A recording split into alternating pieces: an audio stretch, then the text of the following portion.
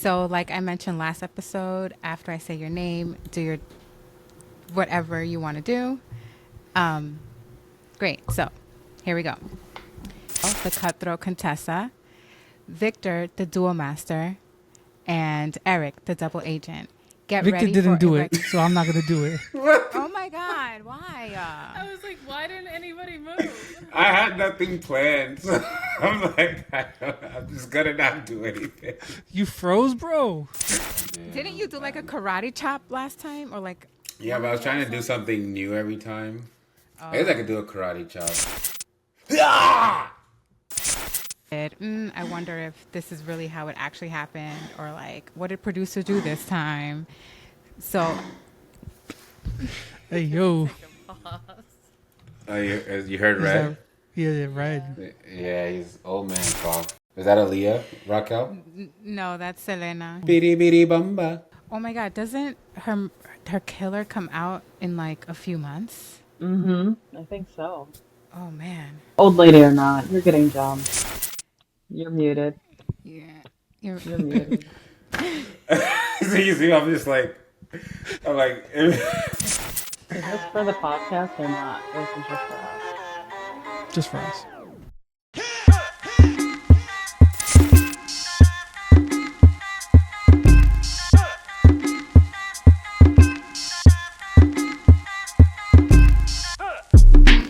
We wanted the smoke, so let's bring the fire. We're igniting the drama and chaos. This is Matches and Mayhem. We are your ride or die hosts, Nora, the Vendetta Queen, Raquel, the Cutthroat Contessa, Victor, the Duel Master, and Eric, the Double Agent. Get ready for a reckoning as we dive into the gauntlet of season 40 of the challenge, Battle of the Eras. Woo! Let us go. Let's go. Victor, Great. your karate chop was immaculate. Thank you. I've been training with Daniel-san. So, here's your 1 minute meltdown. There was no episode. There you go. Record time. So we're going to have a little bit of fun this week. Being that there was no challenge, thanks to the VMAs, we figured since there's the politics is in the air and there was a debate this week, we'd bring the debate here to debate some of our favorite or least favorite challenge things.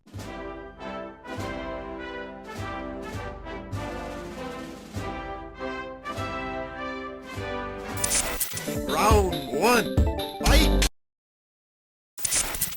Yeah, so I'm sure you guys have heard through social media and everywhere else this whole thing with Derek and Horacio and whether or not Horacio really won.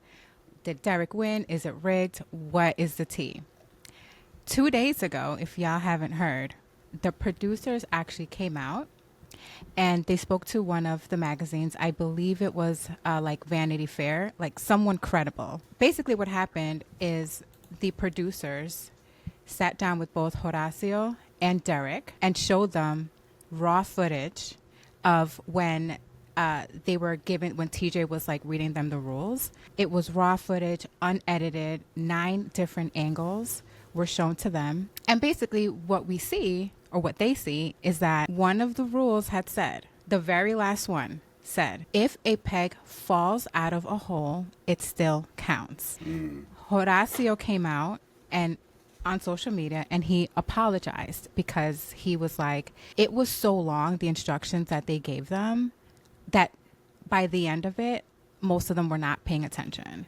And so he did offer an apology. Basically, like I said last episode, Derek won fair and square. So my question to y'all is, now this is unprecedented. They've never done this before. I feel like this opens up a whole can of worms now, because now every time something becomes controversial, and social media definitely like force producers to do this. I don't think producers ever got so much backlash to the point where they just had to do this. My question to y'all is, number one, should they have done that, or should they like let it be? And number two, what do you think about the role that social media plays now in how this game goes? I'm for the camp of yes, I believe the producers should have done that. I think if you're putting your life on the line, in a sense, to play these games and to, come out and do this game for them, at least, you want to do things on equal footing and you want to feel like everything is fair. You don't want to come into something, and feel like you've been treated unfairly for whatever reason. So I think it was good and necessary to explain it to them, because you don't want to set this kind of precedent that it may happen. You want everything to be fair, because then going forward, you're going to have people challenging it, if they feel like they were treated unfairly, maybe because it was a vet or somebody more popular than them. So I think it was good. And it just feels good as a challenger knowing that you lost fair and square, than to actually feel like you lost because, you were cheated out of it. And I think it was good, because I'm sure Horacio was definitely contemplating not coming back to the challenge after that. So it kind of puts them back in good graces and everything. So Yeah, I think it was a good idea for them to reveal like what had happened and a little bit of a peek behind the curtain.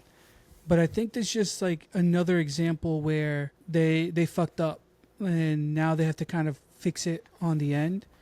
Like what this reminded me of is like in football or in basketball, like in real competitions, whenever the referees have to make a decision, when they are done making that decision, they go up to the camera and say, all right, we're giving the foul, or here's what happened on the play and why we made the decision, because they know the fans are invested in the outcome. And so if you're not kind of explaining what's going on along the way, the fans will be upset. I think the challenge has evolved where it's such a high stakes competition that the fans are really invested in. Like we treat like Johnny or Cara Maria like they're athletes who have won like a World Series. That like for real, like where's like who's the Jordan of the challenge, meaning Michael Jordan. Like I think producers really have to take the fans serious. And if they knew that it took them 45 minutes after the last challenge to figure out who won, they needed to put that in the episode, because they have to expect that the fans will notice too. Like Nora clocked it real quick last episode. She's like, did he win? Because there was a peg missing. I missed it, but as soon as I was made aware of it, I was like, what the hell is going on here? I'm a fan who's actually invested in the outcome. So and we're definitely invested. We have points on the game right now. We all have points. It's crucial points right now. We definitely do. The issue that I have, production would not have done that if they weren't receiving so much backlash. They didn't do it to like clear Derek's name. They did it. They wanted to clear their name. So I just feel like, I don't know. I get that like we need the transparency and everything, but like they didn't offer Derek an apology. Like, yo, my bad, we messed up. It was kind of like, hey, look, they forgot the rules, so here's the video. So I think, Eric, I see your face. yeah, like they're kind of trying to save their asses. Like Horacio didn't listen to the rules. He should have known. But Horacio didn't say anything. He didn't go on a Twitter rant. I don't even know if like he knows how to rant. Like he didn't go on a Twitter rant like they screwed me out. I don't know. They screwed me over. I don't know. Screwed me out. Well, they screwed me over, and I shouldn't have gone home. It was the fans who noticed their own footage. So they're the ones who screwed up in the first place. I think they need to learn the lesson that they should have learned after All Stars 2. Like where Janae, there was like a lot of fishiness about how they won that final, and that came out afterwards. And it's like, I still don't know the exact story because they don't come out and explain it. But they, hopefully they learned their lesson this time around. The only downfall I see with this, which I'm glad, I mean, like we want to be cleared up, but when they're allowing the public and all the challengers to challenge things at that level, especially because I mean Norris was on a spree talking about this isn't the last thing you guys are going to see that is scripted, and like that the production is kind of pushing. This is like not even that bad to what's to come this season on what how bad production is. And and then Emily came, you know, like they were going back and forth, that now it is going to be a constant that some of these people are going to use, that you're not even that good. It was you won because production helped. I don't know. I feel like we're going to hear that more, that they're not as good of challengers because they're sore losers, you know? So I respect him for coming out and apologizing. I still don't think that's a fair rule because nowhere in challenge history has that ever been allowed. And now it's going to be an issue. When things like, I mean, we see Laurel do it all the time. Oh, the piece isn't there, not my fault, their fault. You know, like, oh, it fell out, not my problem, I still won. She's a constant one of like doing that. And now what are they going to do? I guess because the rules were that it could fall out, but that's just weird to me why they would even allow it to fall out. I guess they said that they're never going to do that again.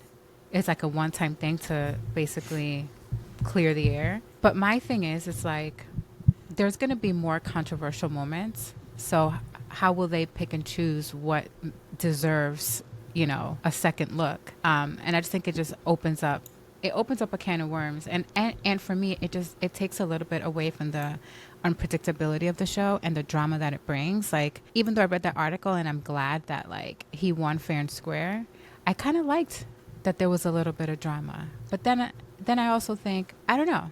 I'm like, it for me, it goes both ways. But if there's more now I feel like, did they ever go back and look at other controversial moments? How are they going to pick and choose what to look at? Is it a favoritism thing? Like, what is it? I think hopefully they learn from their mistake. If they had to go back and for 45 minutes look at the angles to see who won, that should tell them, give us a peek behind the scenes when they edit the episode to say, Right. This was, like TJ could say, this was so close, it took us 45 minutes, and then like intercut like what they're seeing and why the decision was difficult. That's what they do when you can't see if they scored a touchdown or if a shooter shot before the shot clock expired. They show the tape. They rewind and show the tape. Yeah. We're gonna notice. So don't try to like hide the ball from us. That was their biggest mess up, is trying to act like it didn't really happen and just moving forward. It felt really weird. But the fans are paying attention. They are rewinding, slow motion. We're paying attention. I heard, I think it was Theo that was saying also that I'm probably in an elimination he was in, that there's another one like that. So now I'm curious. There's another one coming. All right. They still got time. They still got time to go back and edit it and clear the air if they're trying to hide something else. But I do think social media now plays a bigger part of the challenge. So, I mean, I think they do it a lot, even where they bring up people's Twitter beefs and all that. So I think it's just an essential part of the game, and it's kind of what made them as popular as they are now. So if they were to try and restrict it or, you know, stop people from talking or having these debates, then that's when they'll lose a lot of their fan base. I guess to piggyback off of this, is this kind of showing us that there might be other like more elite shows? Because when you watch some of the Korean shows on Netflix, their budgeting seems so much more crisp, and their editing and their games just seems so much, I mean, maybe they're not as extravagant with like fireworks like the challenge, but is it the challenge just kind of relying on the fan base and production quality and value? Is that maybe going down or not improving with their bigger budgets that they're getting? Yeah, I do think that the scope that the challenge goes with, it's hard. They're like in Vietnam, like they're trying to figure out how to do an entire production like in a whole nother country, and they're kind of moving there for months, whereas like other shows, you know, like the Korean shows, they're filming in a warehouse or they're filming in the country. And a show like Survivor, which is very well run, I don't watch it, but from what I can see, it's very well run, very tight, but they're not doing all these crazy challenges. They don't have explosions, you know, big trucks going down a runway or flying people in an airplane. You know, and you can tell the Challenge USA, where they brought the Big Brother and Survivor people in, and they put them all in the warehouse, and you could feel that it was lower budget. It wasn't bad, but it wasn't as extravagant as a full season of the challenge, and you can tell. But that's all the more reason, like, just bring us into it a little bit. All right, so I think this last debate is TBD. We'll see how the challenge kind of bounces back. I think we can all say we're Team Derek here. We're glad he won, except for me because I lost points. But all fair in love in the challenge, love, war, and the challenge. Okay, so let's go on to our next debate. I'm gonna keep it pretty straightforward for this first one. Let's ease on into this. Round 2, fight.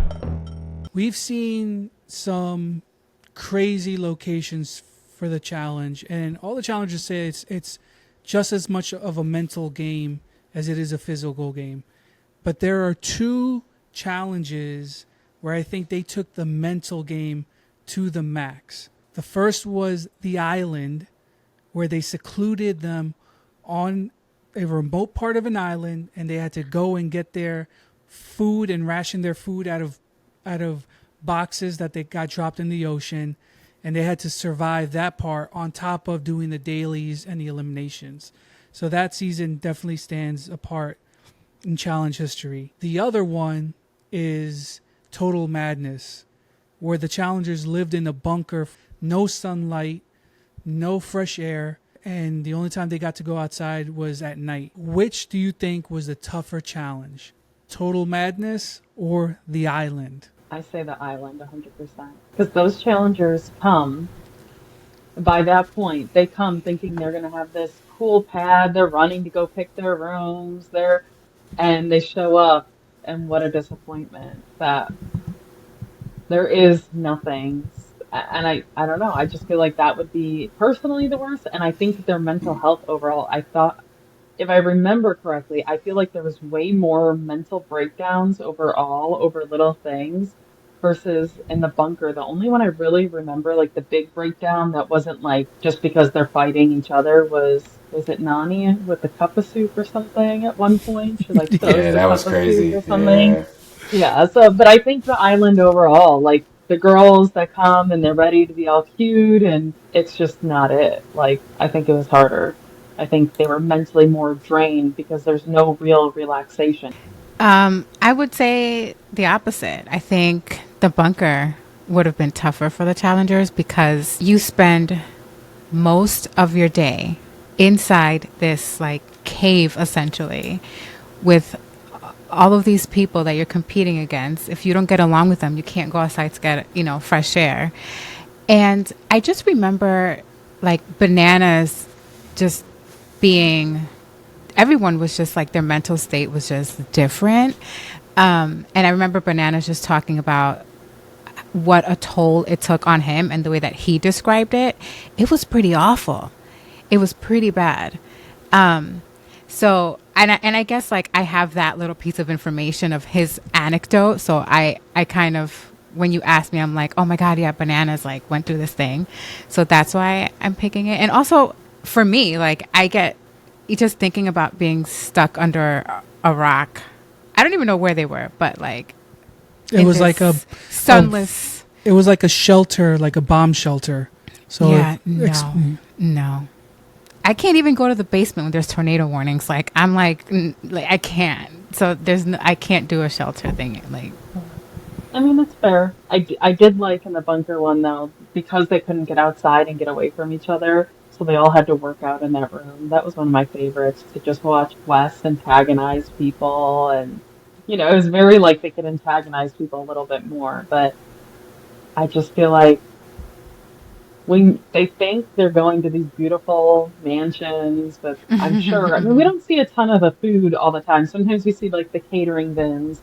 But to get there and realize they're going to have to argue over food, they're going to have to argue over every little thing. I remember that was kind of a shock. Like you said, it messed with the expectations. Everybody expects to go to a cool house, nice pool, all the amenities, and then you show up at this beach and there's barely anything. And it's just like, it was a kind of a shock because it was the first time I think they've done something like that. I wonder if on the on Total Madness, how many people picked up smoking just so they could go outside and take those smoke breaks in the yard. Well, Victor, we'll let you chime in here. What do you think was a stronger argument? Well, my favorite season, one of them was Total Madness, but as for which one was harder, I would probably say The Island is probably a little harder, I would feel, than Total Madness, just because they had no clue what they were walking into. You know, they were against the elements. They were dirty, smelly. They had no amenities whatsoever. And on top of that, you have to do the challenge and then deal with each other's personalities and hear people complain and all this. So I think maybe The Island I would give it to. Fair enough. There are 2 seasons that were maybe the most fun to watch, but definitely not the most fun to live through from what I'm thinking. From that to challenge strategies. Round 3, fight! I think sometimes the most memorable strategies on the challenge are the ones that go badly and blow up in people's faces. So I want to throw out 3 strategies out there and have you guys pick which one is the worst strategy of all time. I think the most classic one that I can think of that just never seemed to work, Wes trying to rally all the rookies, you know, to be behind him and try to vote out the vets. As many times as he thought he had the numbers on his side, the rookies just could not hang with the vets, and it just never seemed to work for him and always seemed to kind of blow up in his face. Strategy 2, make promises to everyone. I'm looking at Josh. I'm looking at Michelle. I'm looking at Jay. You know, promising the whole house, I'll protect you if you just stand behind me, and trying to be everybody's friend, realizing that in the end you can't protect everyone.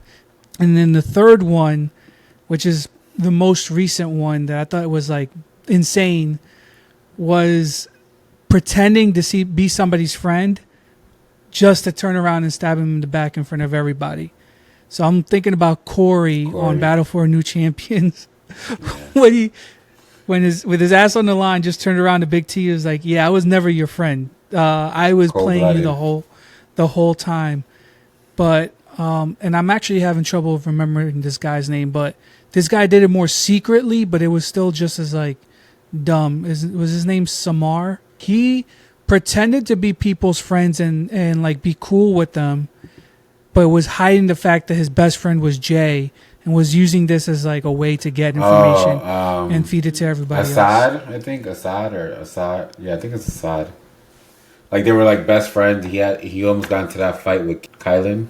Yeah, because he had promised something to Melissa where he was going to have her back, but the whole time he was lying. Yeah. Not super memorable season, so I don't feel bad now remember his name. CT got him out there quick. Which of those strategies, the rallying the rookies, over promising to all your friends, or not being as good a double agent as I am?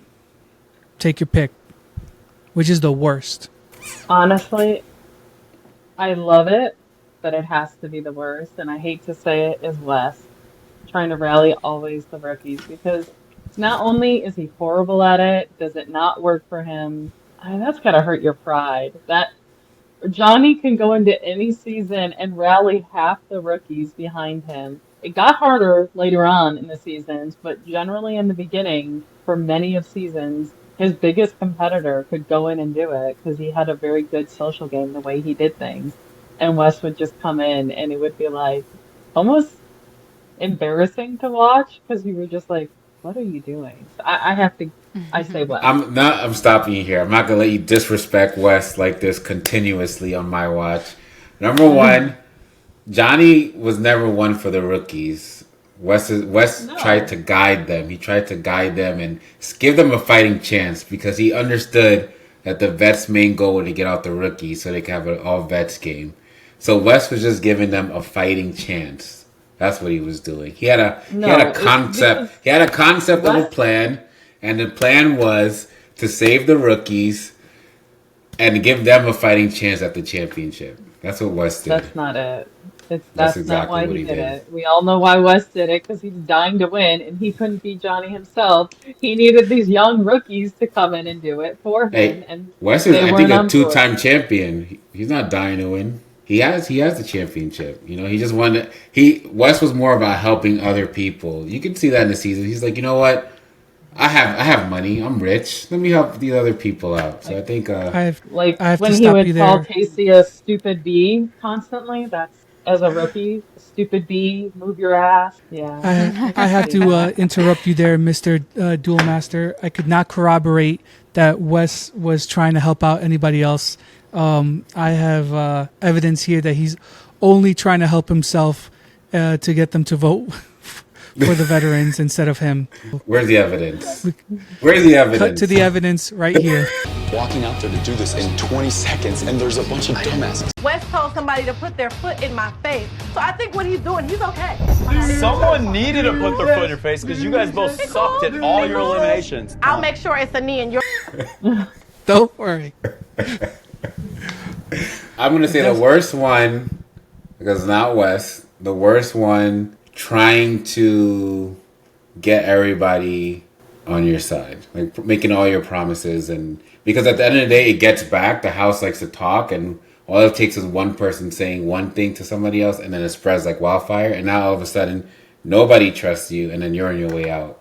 And it's so easy to do because everybody likes to talk. You're in a house, people gossip, people sharing things, sharing information, and by you promising this, and that, it's bound to get around, and then you just look like somebody untrustworthy, and then they'll try to take you out.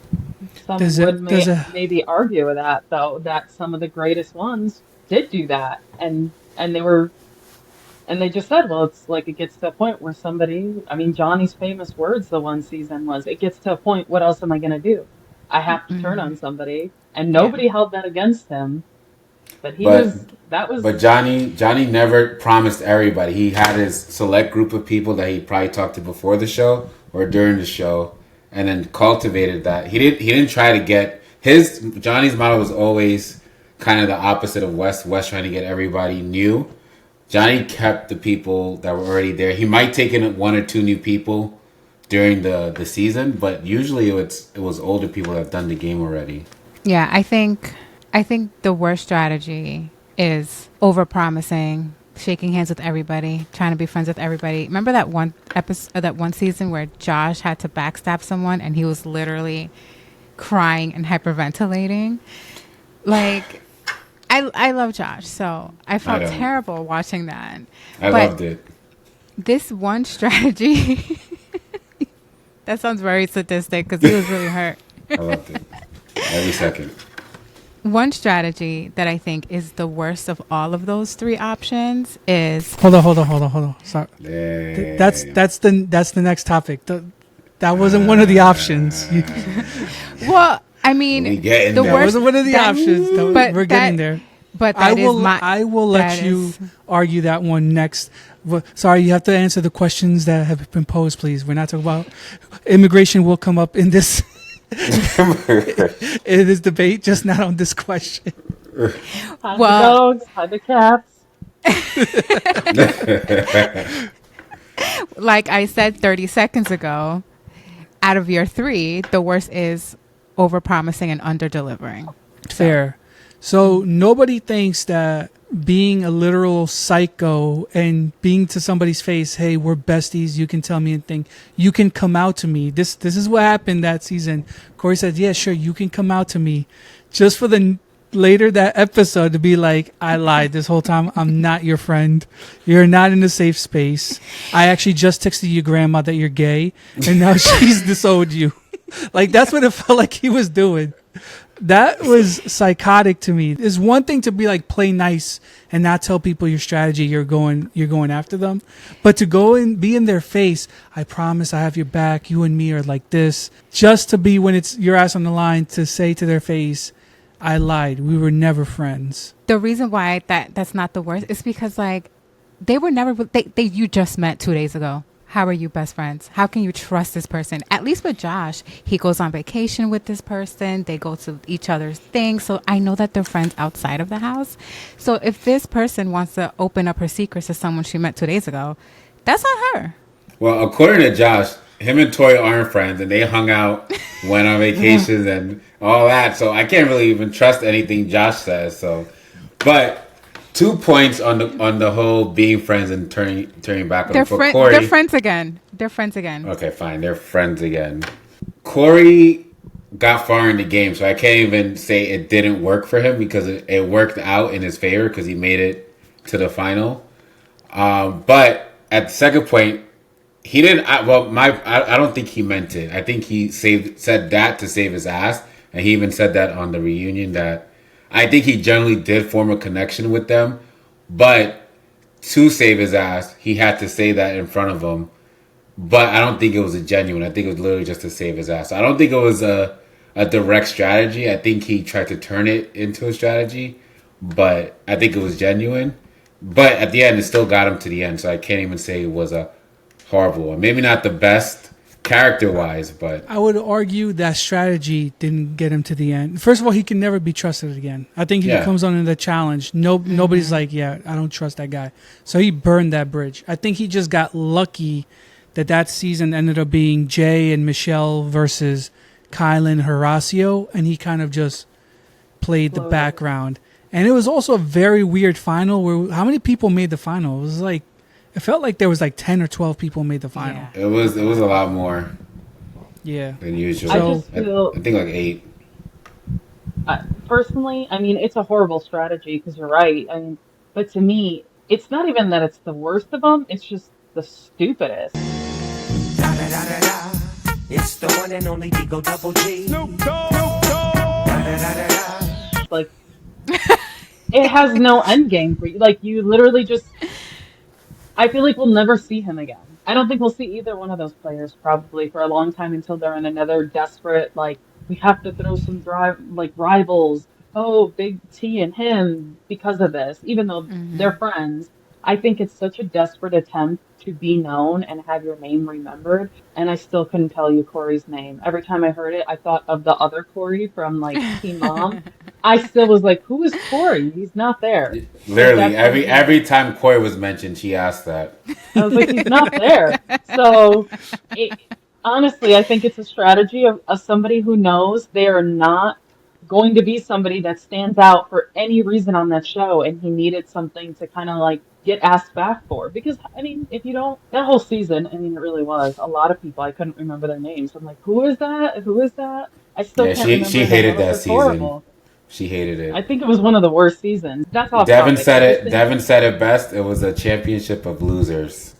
Well, that's what I kept saying. I'm like, are you really a champion if you're only going against losers and beating losers? Not really. I mean, part of the game, part of the challenge is beating the best. And I get they make it very hard, but that's why you have to come in and not be a West and try to rally a bunch of rookies that aren't going to fall under you. You have to come up with a good strategy.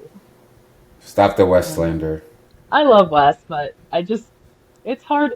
You know, it was extremely hard to watch season after season. And I'm glad he's successful. He has a life. He's married. I hope he has kids. I don't even know. He just had his first kid. Yeah. He just had his first baby. I know that's what he was wanting. So he's living the good life. He doesn't need, this became just something funny to come back and rile up Johnny and then their bromance. It's what we all were dying for.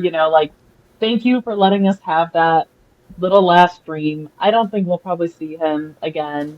He has a good life and a successful business and everything. So, but it was hard to watch, I think, season after season. The reason he's so fun to watch, because yes, he's a good competitor, and he's smart and funny, but my favorite thing about him is he's like a guy with a grenade. He's like, I can't wait to use this grenade. I'm gonna take the pin out and throw it, and everybody's gonna, I'm gonna get Johnny out. I'm gonna get CT out, and all. And he's waiting, and he's looking at the grenade, and he can't stop, and he's shaking, and finally he's like, I gotta pull the pin, and he pulls it, and he explodes himself, and just gets himself out for no reason. I remember, I think this was the second to last season he was on. Where it's there was no reason he had to go in against Johnny, but for whatever reason, he's just I think it's just coming down to this. And Johnny's looking at him like, it actually doesn't. You don't have to choose me. And he did, and he got sent home. That was so dumb. Like, he just can't help himself. Yeah. But I love it. I'm waiting for, like, that moment. And the times where he kind of, like, takes it easy and chills, he wins. So That's true. One of the most, I don't know, controversial, but effective strategies, or we can argue it, which is Polidicking. Is it good? Is it bad? I don't know. I'm all for it. Okay. As a viewer, of course, we want to see all the Polidicking we can. But as a challenger, is Polidicking good or is it ineffective? I think it's effective. I think from a female's perspective, because guys would do it no problem, and like, why not? You have a strategy. Like, if that's your strategy, then you should go for it. I feel like if there's like, so like if I'm Tori and there's like two guys fighting over me, or two guys better example. Let's take Kylan and Josh. They both like Naya. Josh is probably going to have this in his mind, and he's not going to perform as well because he's going to be so heartbroken.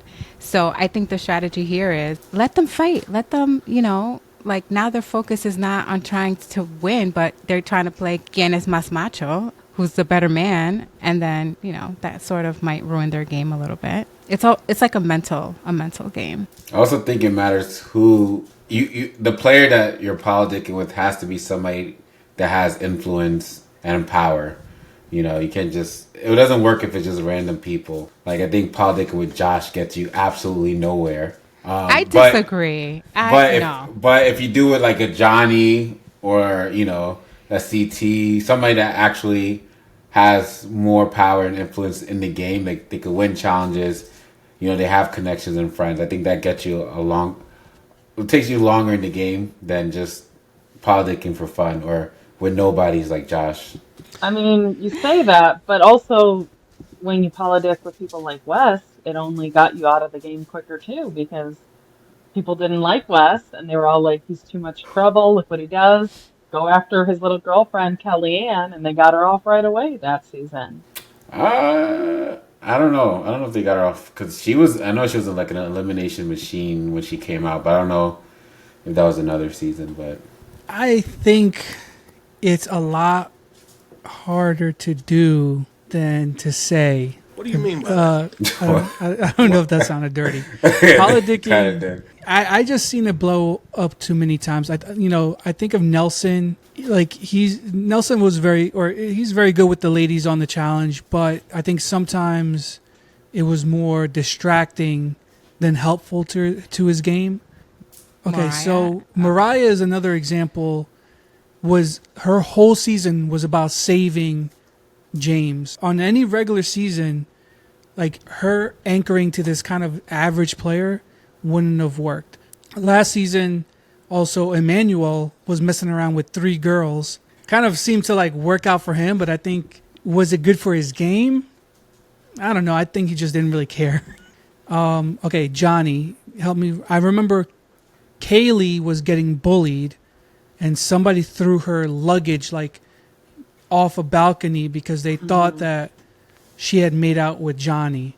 And then she went home. Didn't she leave on her own, like, or something? Do I remember that? I think I think she was like kind of gave up, and then in the next elimination they got her out. Yeah, this was not the memory game that I wanted to play, but well, I think it sounds like a good idea, but oftentimes it ends up being a distraction and not really that helpful at best. I love a good self-reflection and somebody who can reflect on their talents and where their struggles are. And I can promise you, on that show, if I was single, I know I'm not the strongest. I'm not the smartest. So if a strong, smart guy is attracted to me and I'm single and he's single, I'm gonna lay in your bed. I'll do whatever. Just help me get closer to that money. I don't care. Like, I understand. I'm not good at a lot of things, and I'm gonna self-reflect and be like, hey, part of this is a social game.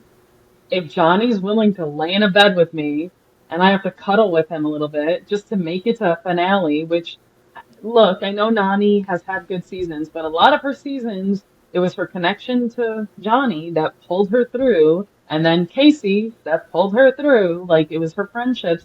And it all started, Nani was the passed around quite a bit, you know, in the beginning part of her career. Because who was she going to beat against the girls? Not very many. Stupid on some people's parts because they do let it ruin their games. You know, they definitely let it tank them. But on a lot of people, it's taken them and it's made a career for them that they would not have had they not done it.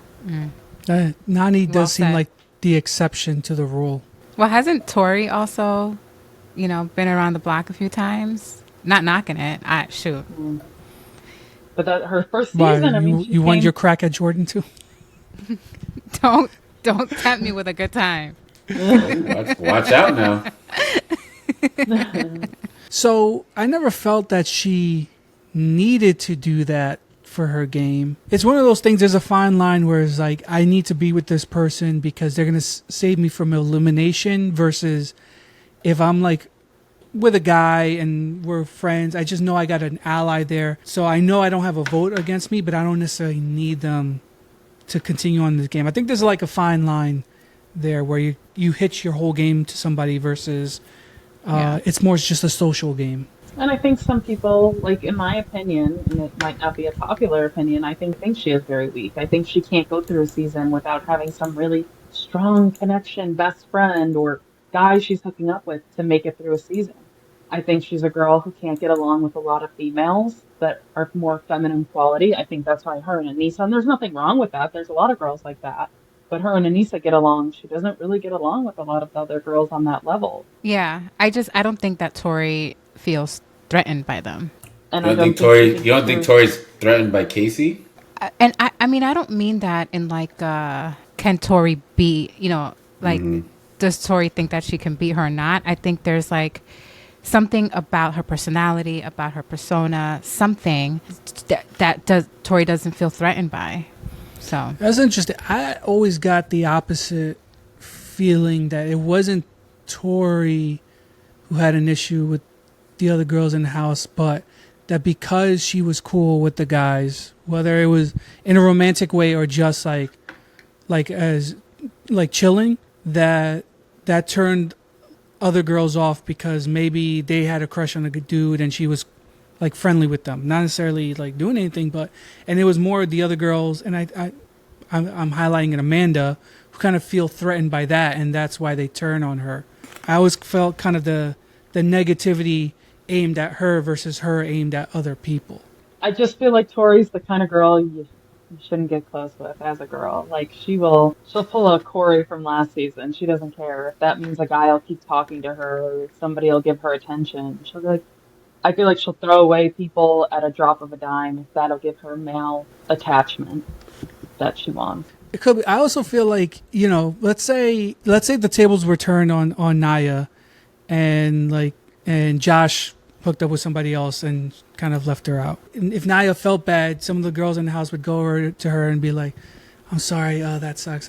I don't think Tori has that. I think she'll be like with the guys like, oh shit, can you believe like Josh hooked up? Or she be bigging up Josh.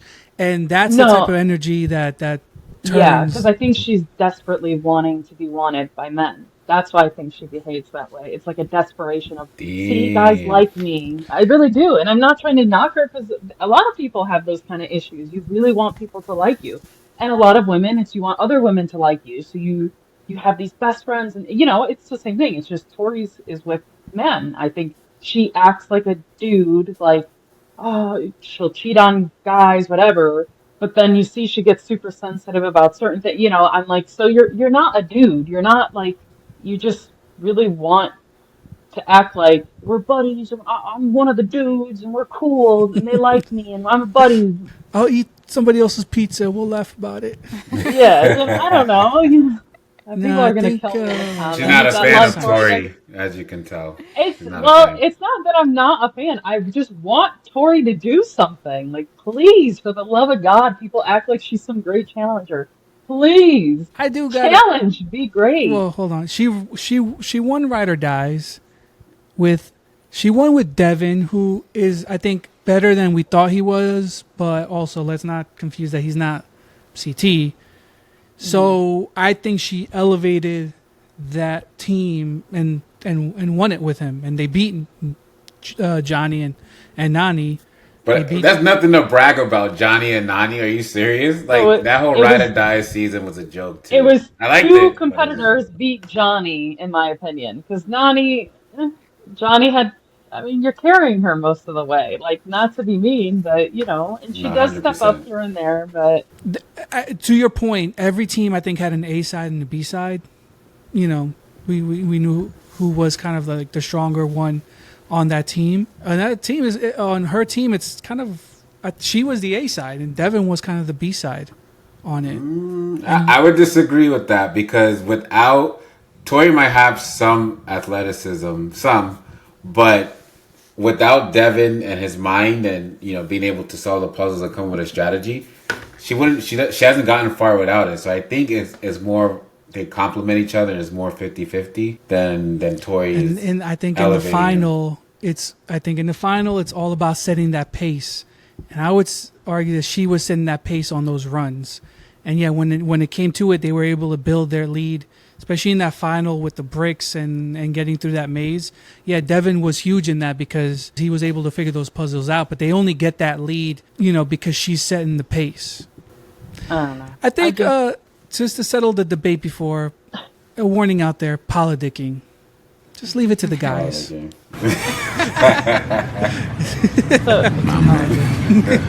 We'll see. Naya, TBD. We'll see how it works out for her. I feel like Naya mentally has the right headspace where she's like, I don't care who it is. I feel like even if they turned around and hooked up with somebody else, she'd be like, I don't care as long as you help me, don't vote me in. I don't care. Like, I feel like she could have a really good, Well, we haven't seen it kind of come back to bite. And maybe Josh doesn't have this in him either, but in Polidicking is not just like doing the initial dicking, or it's the continuous politicking. So can she go back and like still be cool with Josh and like charm him, even if they're not, hooking up anymore, to not vote her in? We'll see how long she can kind of keep that string pulled. So we talked a little bit about getting to the final and strategies to get to the final. Final round. Fight. But let's talk about some of the biggest moments in the final. And I'm talking about two specifically that were probably the biggest oh shit moments in the final.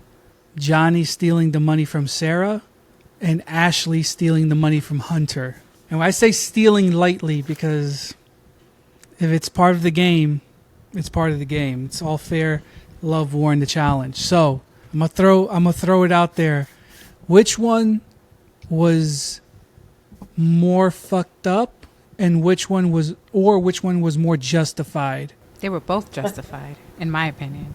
I like that. It's a game. So, which of those oh shit finale moments was more fucked up?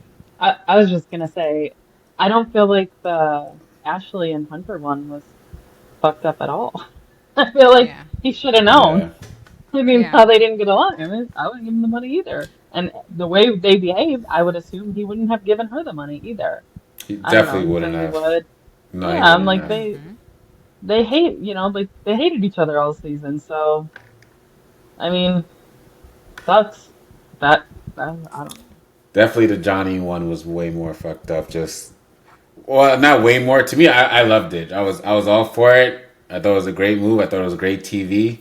But out of those two, definitely the Johnny one was more fucked up. Just because he never did tell her like I wasn't or was gonna give you the money. He just said let's just focus on the game. Let's just focus on the game. So he never directly said I'm gonna do this or do that. But we got the sense that Sarah would have shared the money with him, right? That's how she is, goody teacher and all that. But Johnny. I mean, maybe. We don't know. But the whole reason that they were rivals were because the season before they had an alliance, and at the last minute, she threw him into elimination. Yeah, but I think she spent the whole season, and she could have done it at the end too, but it wasn't what I got from her during the whole season. She was just trying to make amends and be this nice, good, reformed, changed person. I think she changed the color of her hair. She's a new person, so maybe she wasn't gonna do it, but I think it was a great move on Johnny's part to take the money and run, as he said. Is it amends if she didn't lose anything? Let's say he did share the money. She never lost anything. Now, she did her best. They got to the final. But she won the season before. And then that season, if they go on and win and he shares the money, she won 2 seasons, even though she betrayed him. They were rivals. She gets to win both ways. But in this way, she won 1 season by betraying Johnny. She lost money that season by being betrayed by Johnny. Which one seems more fair to you? I think in Johnny's eyes, I think he thinks it's fair, right? You know, eye for an eye. You got me kicked off the final. I won, and now I'm just returning the favor.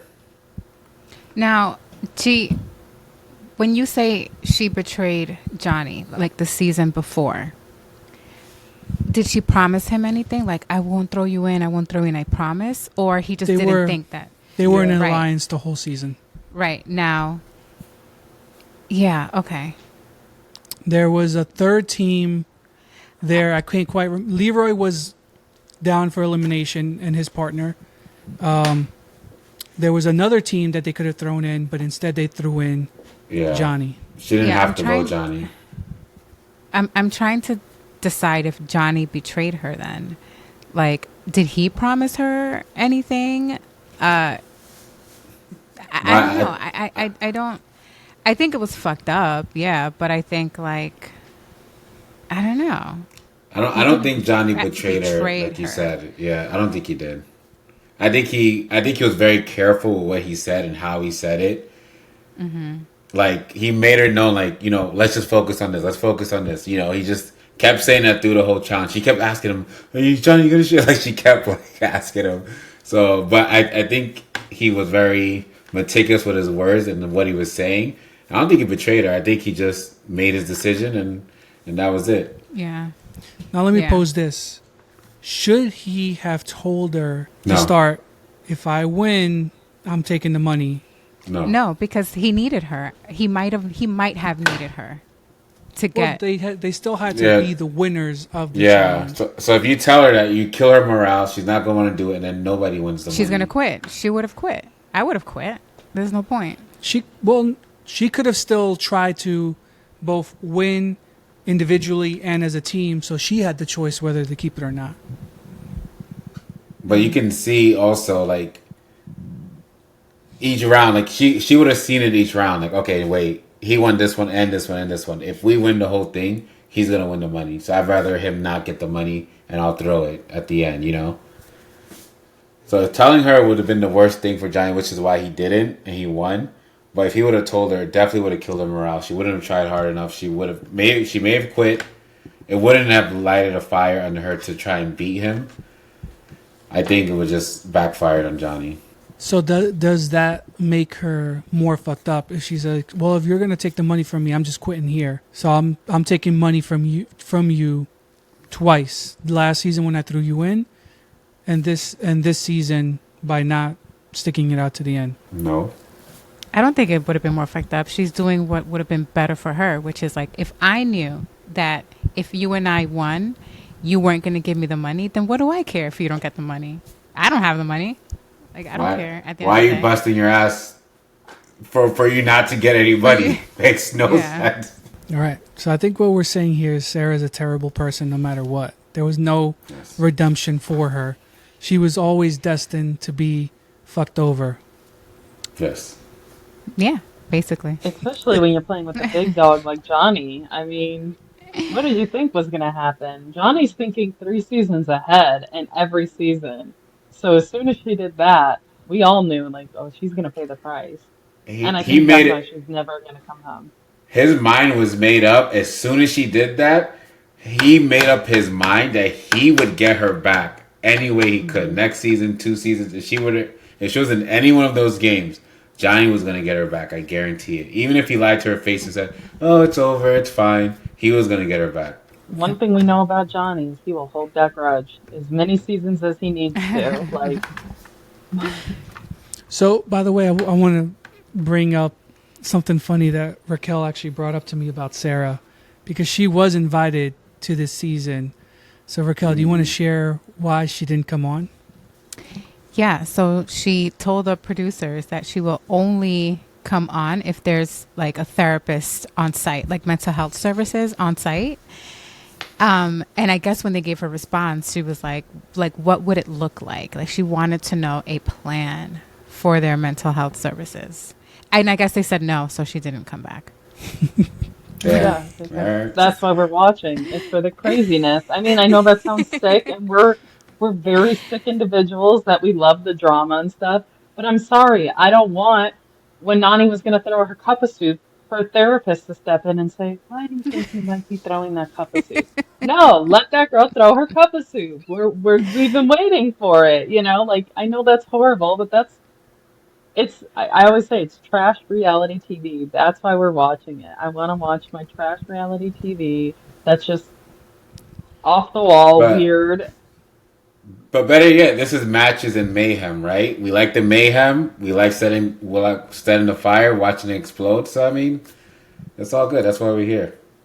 I would much rather have had her come back than like Amanda or some other these people that are just taking up space. Like I don't even know.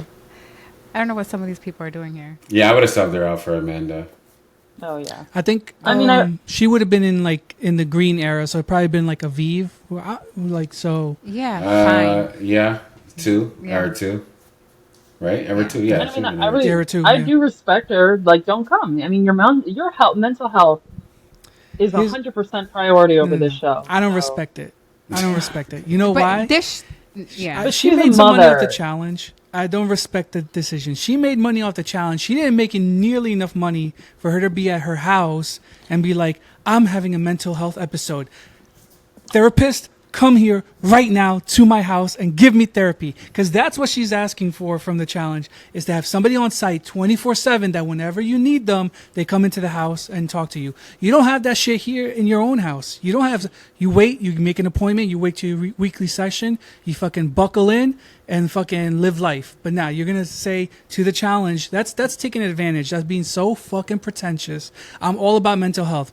But, you know, we all got to wait till next week, till our book session. So I don't know if the fuck she's expecting, you know, on the challenge to have somebody cuddle her the way Curly's cuddled Naya and have her nightly like grounding sessions. Get the fuck out of here with that pretentiousness. I don't respect it.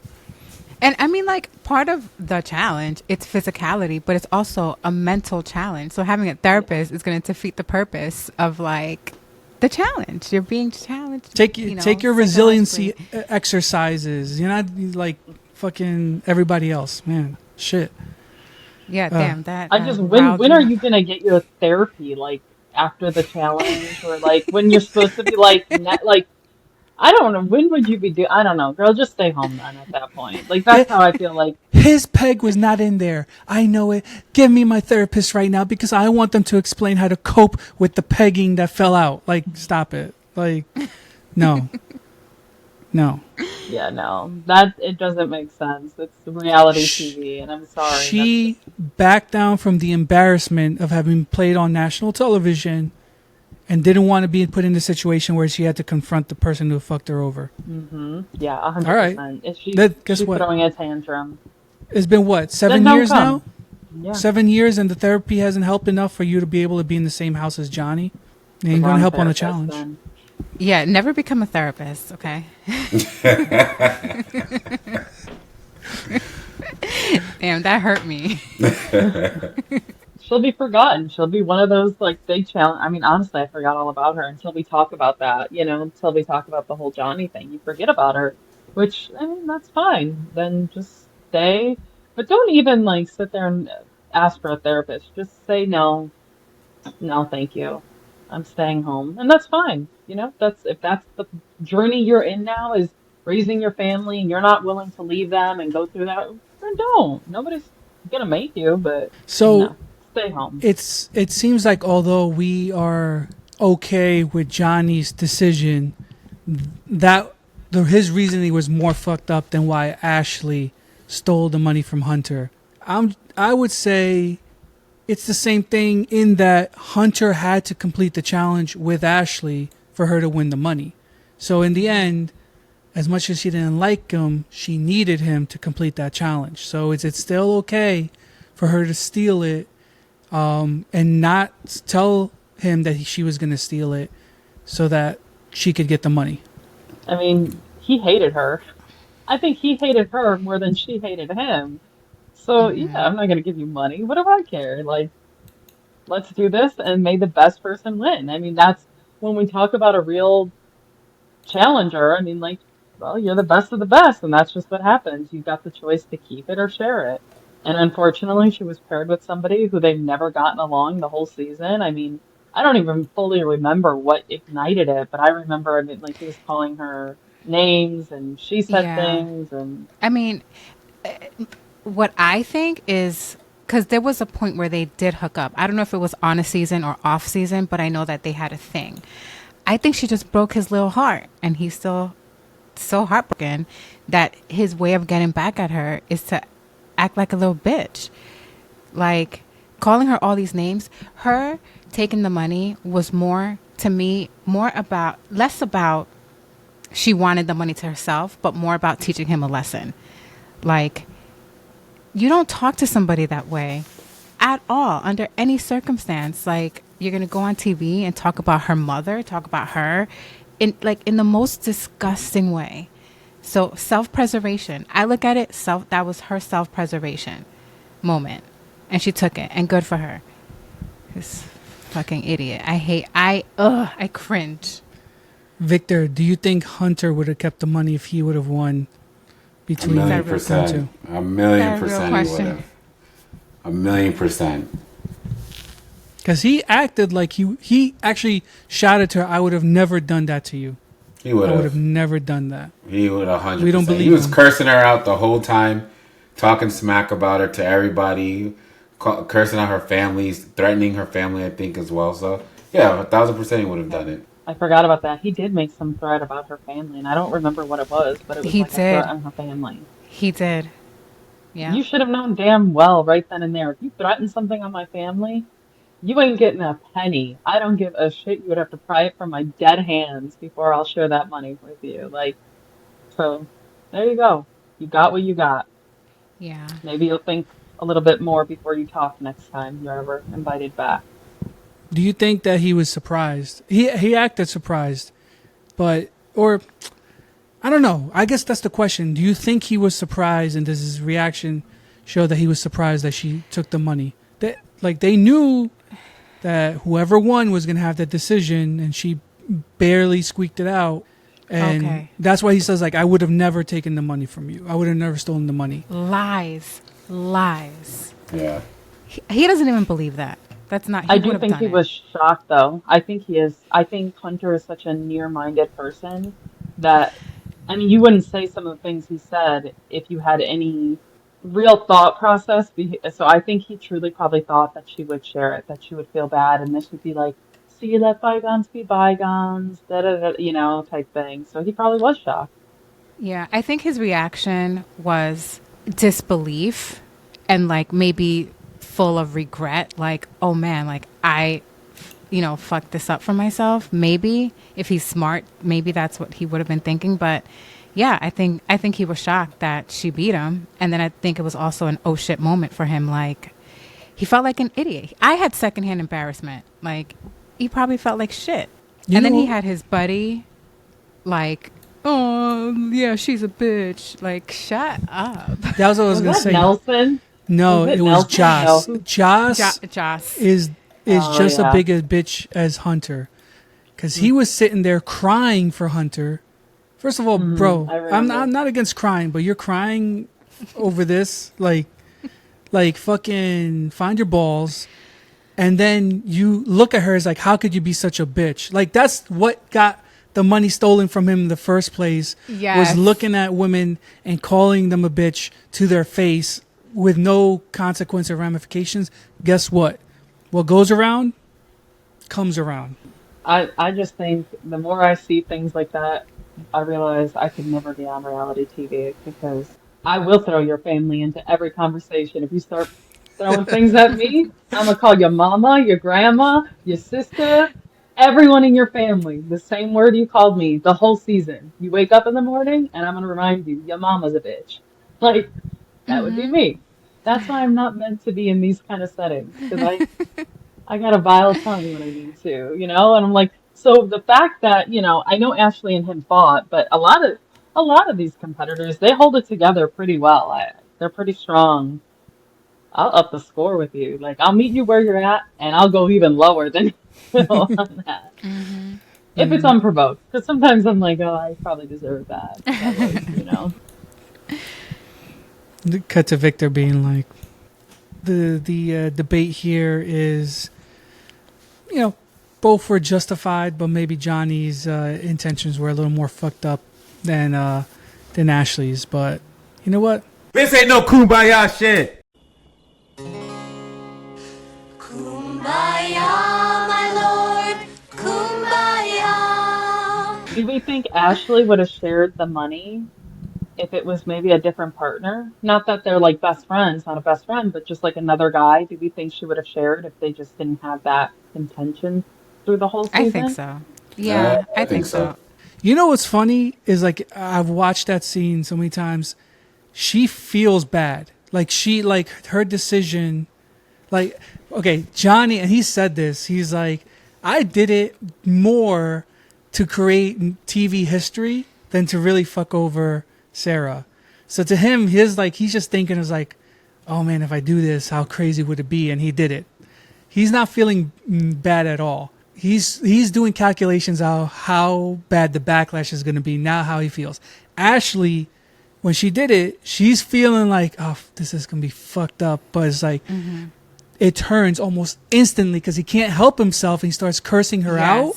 Yeah. That she's just like, oh, nope, that's why I did it. Yeah, thanks for reminding me. Because she did feel bad when she said it. She's like, sorry, I'm going to take the money. He's been rude to me. And then he goes off and she's like, yeah, that's exactly why I did it. I would love to see the backlash you get when you go home and have to deal with real people after behaving like that. And like, even when she took the money, you still couldn't control your mouth. You proved her point right. You proved her right, and you helped everybody else justify her doing it. There. But he's never been back on, and Sarah has never been back on. So I guess the embarrassment is too much there. But speaking of embarrassing moments, I want to open this next debate up. I want to do a little bit of a fashion segment here. Nora, as our resident fashion expert. Strike a pose.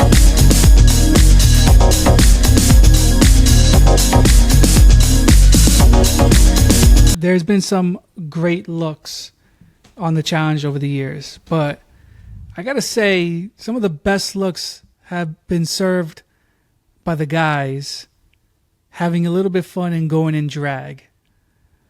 So let's take a look back and say, who are your favorite challenge men who's shown up in drag over the years? And usually we start with you, Nora, but I want to hear from Victor here. Who's your favorite drag queen? No comments on this one. I have no favorites. You got too excited for this one. I don't remember anyone. I don't think I want to remember. So, all right. That's potting at its best.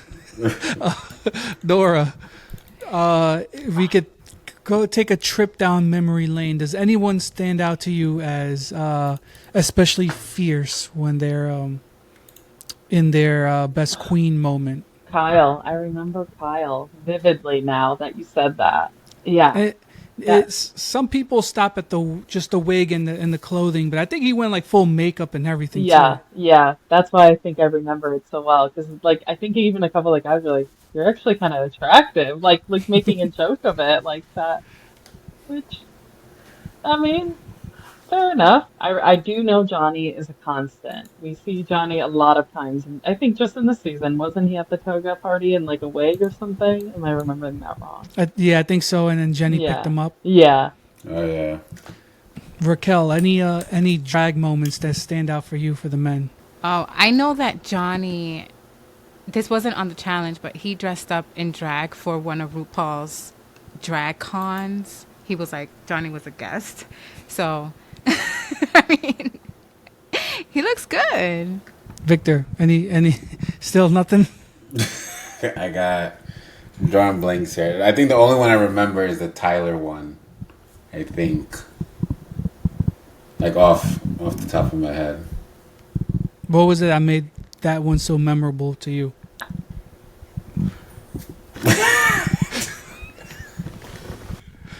Yeah. You know, it might be very basic, but just because the sheer size of CT, and then seeing him like dressed in drag, it's just like it's shocking. So that stands out to me, and I also think it's really funny when dudes have facial hair and dress up. So that's why the Leroy one stands out to me too.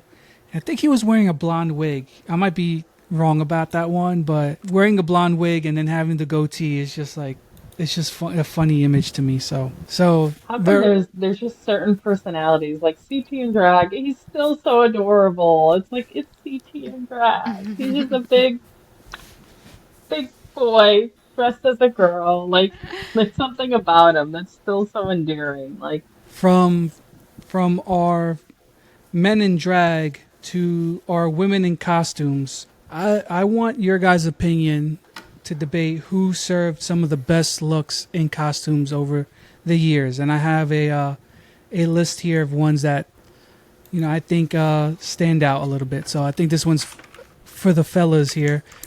Cara Maria in Dominatrix.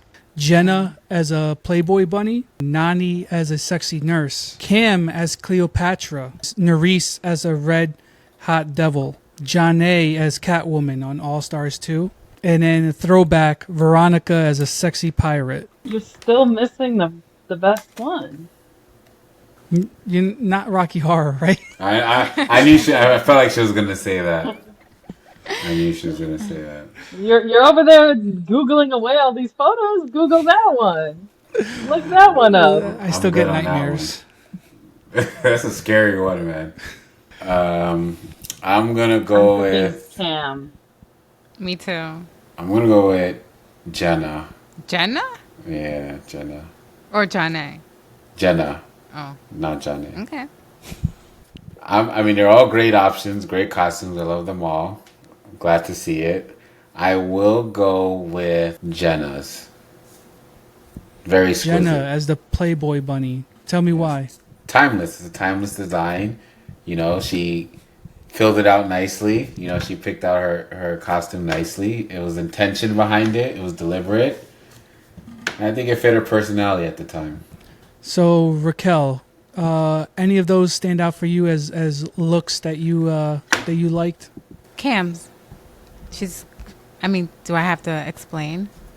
Yes. It is a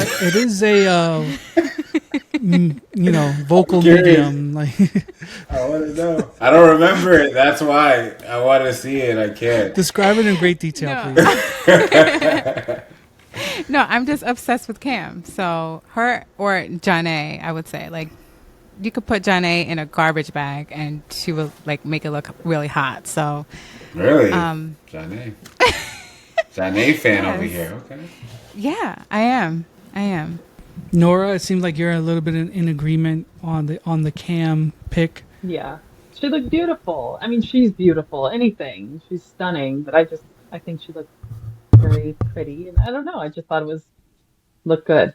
I definitely got to shout out Nerisse. There's a little bit of recency bias. If I were to go back into the vault, definitely the one stored in my brain from back in the day was the Nani nurse outfit.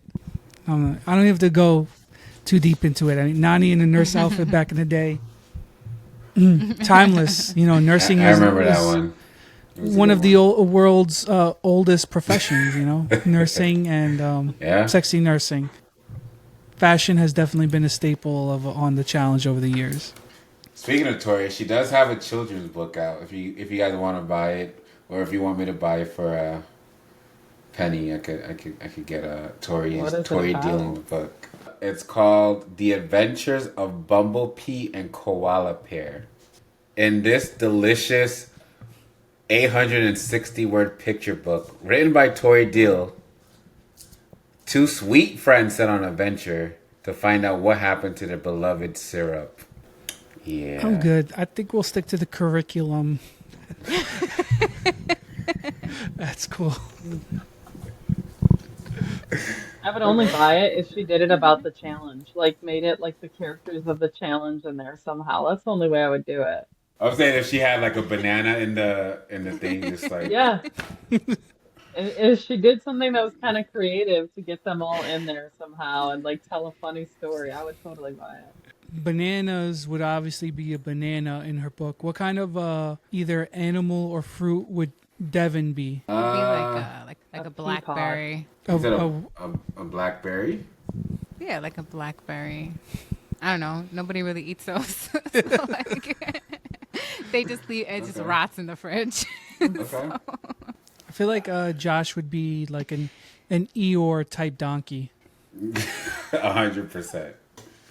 I'm just thinking Shrek. That's all I'm thinking. Just Shrek when I think of Josh. I don't see the connection there. No, I just think of Shrek whenever I think of him. Just like a big dumb Rufus, kind of like the Hunchback of Notre Dame too. Like those kind of. You're all over the place. You're just like, what's the ugliest Disney character I could think of? Yes. Do we think Anissa's the pear? What?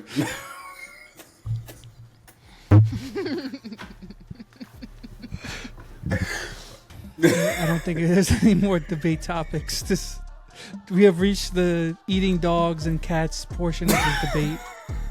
So I want everybody to sound off in the chat about who they think Victor's favorite man in drag is on the challenge. I think he's being coy because he's hoarding his pictures. So please let us know who Victor thinks is the hottest guy girl. Bye. This ain't no kumbaya shit.